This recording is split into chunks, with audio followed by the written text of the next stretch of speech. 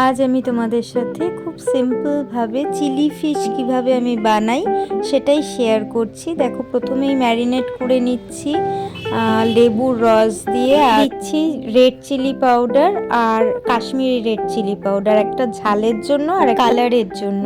আর এখানে দেখো আমি গার্লিক আর জিঞ্জার পেস্ট দিয়ে দিয়েছি। এবারে খুব সুন্দর করে আমি মাখিয়ে নিচ্ছি। মাখিয়ে নিয়ে ঢাকা দিয়ে কিছুক্ষণ রেখে দেবো। এর মধ্যে আমি একটা সস বানিয়ে নিচ্ছি। প্রথমে টমেটো সস দিলাম, তারপরে চিলি সস দিলাম, আর তারপরে দিলাম সয়া সস, তারপরে সামান্য একটু জল দিয়ে ভালো করে গুলিয়ে রেখে দিলাম। আর এখানে নিয়ে নিয়েছি কর্নফ্লাওয়ার আর ময়দা সমান পরিমাণ, 2 চামচ করে নিয়েছি। এছাড়া নিয়েছি একটা ডিম আর কাশ্মীরি রেড চিলি পাউডার আর সামান্য নুন দিয়েছি, এছাড়া সামান্য সাদা তেল দিয়েছি। এবারে ব্যাটারে ভালো করে ডুবিয়ে ব্যাটারের মধ্যে মাছগুলো, ম্যারিনেটেড মাছগুলো, তারপর আমি সাদা তেলে এইভাবে কিছুটা করে পার ব্যাচে ভেজে নিয়েছি।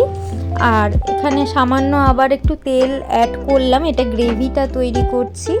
রসুন কুচি দিয়ে দিলাম, পেঁয়াজ যেরকমভাবে কাটে চিলি চিকেন বা চিলি ফিশের ক্ষেত্রে সেরকম কেটে নিয়েছি, ক্যাপসিকাম দিয়েছি, নুন দিয়ে দিলাম, গোলমরিচ দিয়েছি। এখানে আমি একটু সামান্য পরিমাণ টমেটো ইউজ করেছি, তোমরা চাইলে নাও ব্যবহার করতে পারো।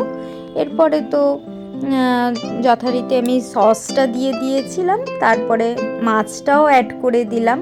এরপরে একটু সামান্য কর্নফ্লাওয়ারে গোলা জল দিয়ে ভালো করে মিক্স করে নিয়ে এই তো রেডি হয়ে গেছে আমার চিলি ফিশ।